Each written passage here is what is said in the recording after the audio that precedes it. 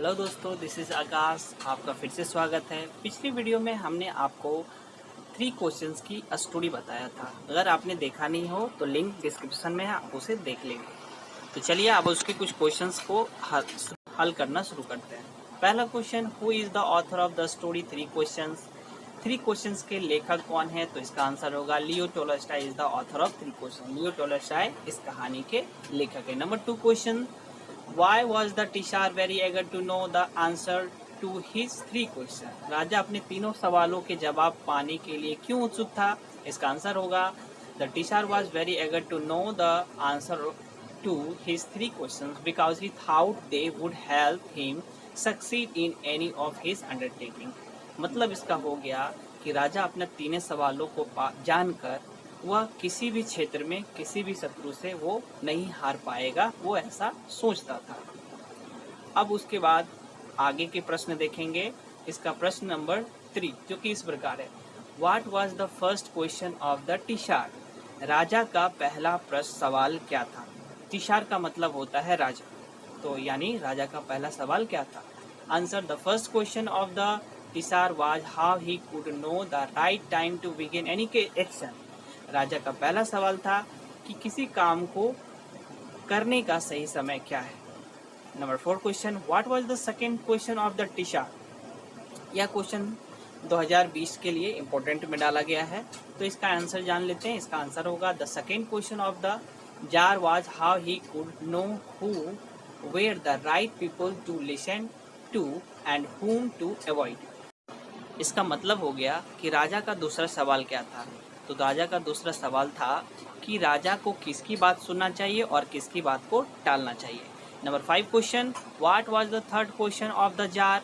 राजा का तीसरा सवाल क्या था? इसका आंसर होगा the third question of the tsar was what the most important thing for him to do was, यानी राजा के लिए सबसे महत्वपूर्ण काम क्या है।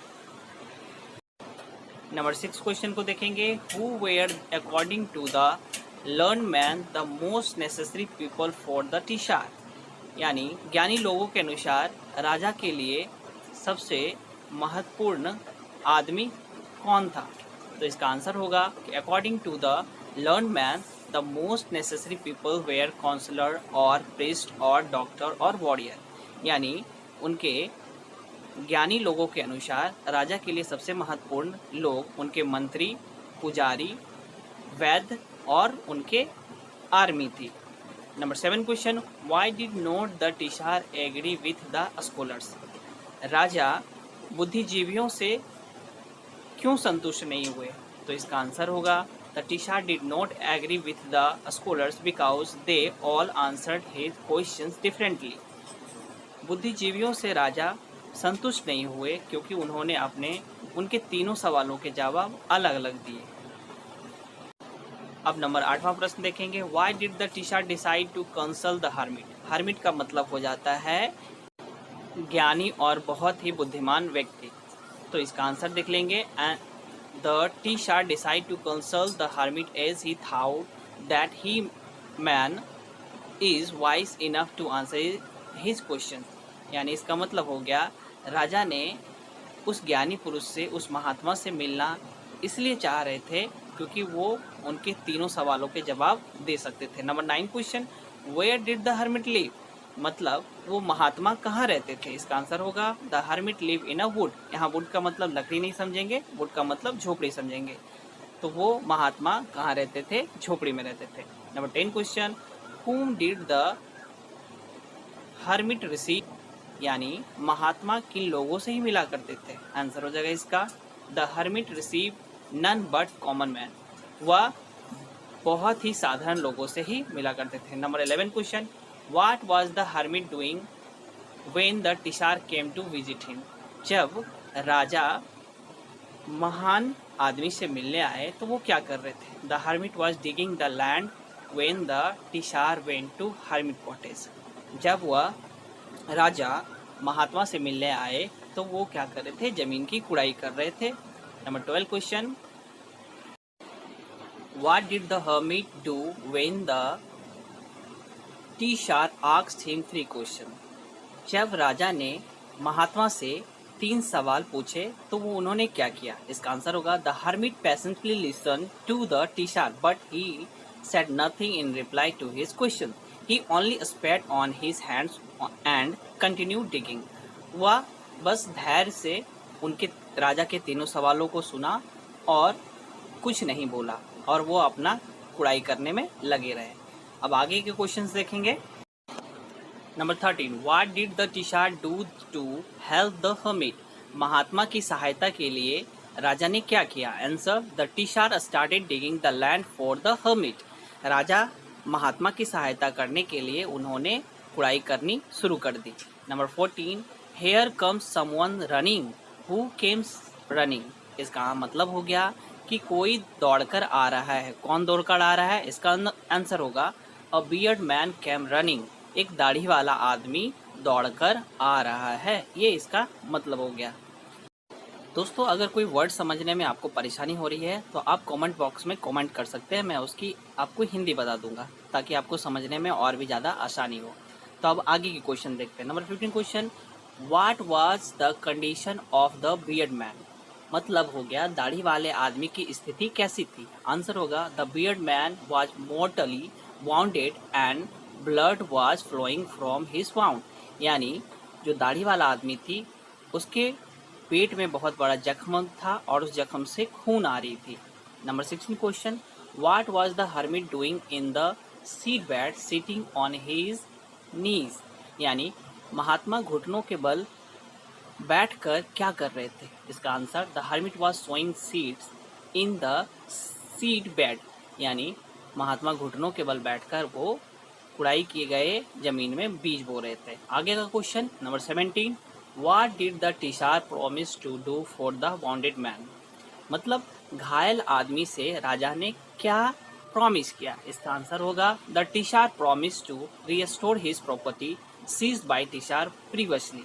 यानी राजा ने उस घायल आदमी से वादा किया कि वो उसकी सीज की हुई जमीन और उसका प्रॉपर्टी वो दोनों क्या करेगा? लौटा देगा।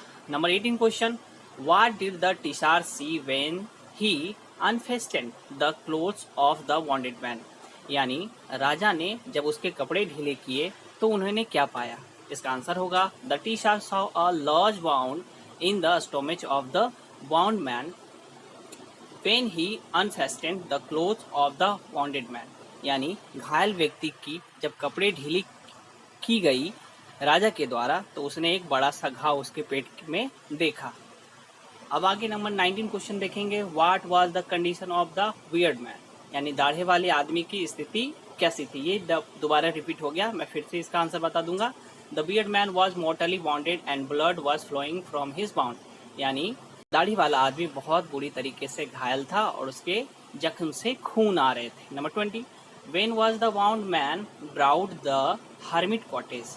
यानी घायल व्यक्ति को राजा महात्मा की झोपड़ी में कब लाया? इसका आंसर हो जाएगा when the wound man got back his sense in the evening he was brought to the hermit cottage. यानी जब वह घायल व्यक्ति होश में आया तो उसे शाम में महात्मा की झोपड़ी में ले जाया गया। Number 21 question, what happened to the wound man when he reached the hermit cottage? इसका मतलब हो गया कि जब घायल व्यक्ति महात्मा की झोपड़ी के पास आया तो उसे क्या हुआ?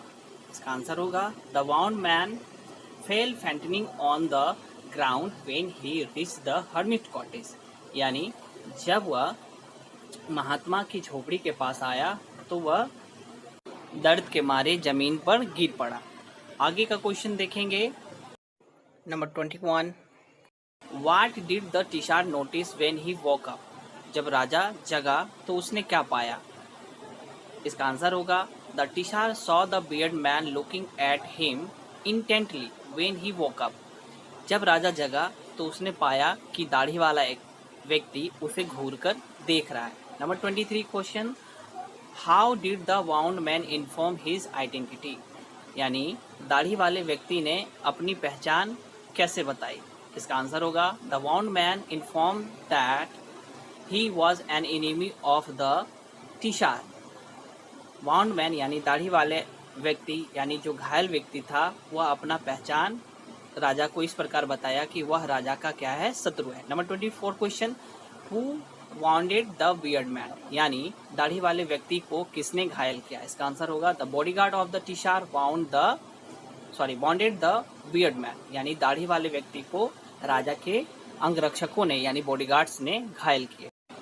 तो दोस्तों ये थे आपके 24 इंपॉर्टेंट क्वेश्चंस। आप इसे अच्छे तरीके से पढ़ें ताकि ये आपके एग्जाम में बेहतर तरीके से आपके काम आ सके। और मंगल स्टडी पॉइंट को आप फॉलो करें, शेयर करें और भी आपके फ्रेंड्स हों तो उसे भी बताएं इस चैनल के बारे में और उसे भी सब्सक्राइब करने के लिए बोलें। Thank you.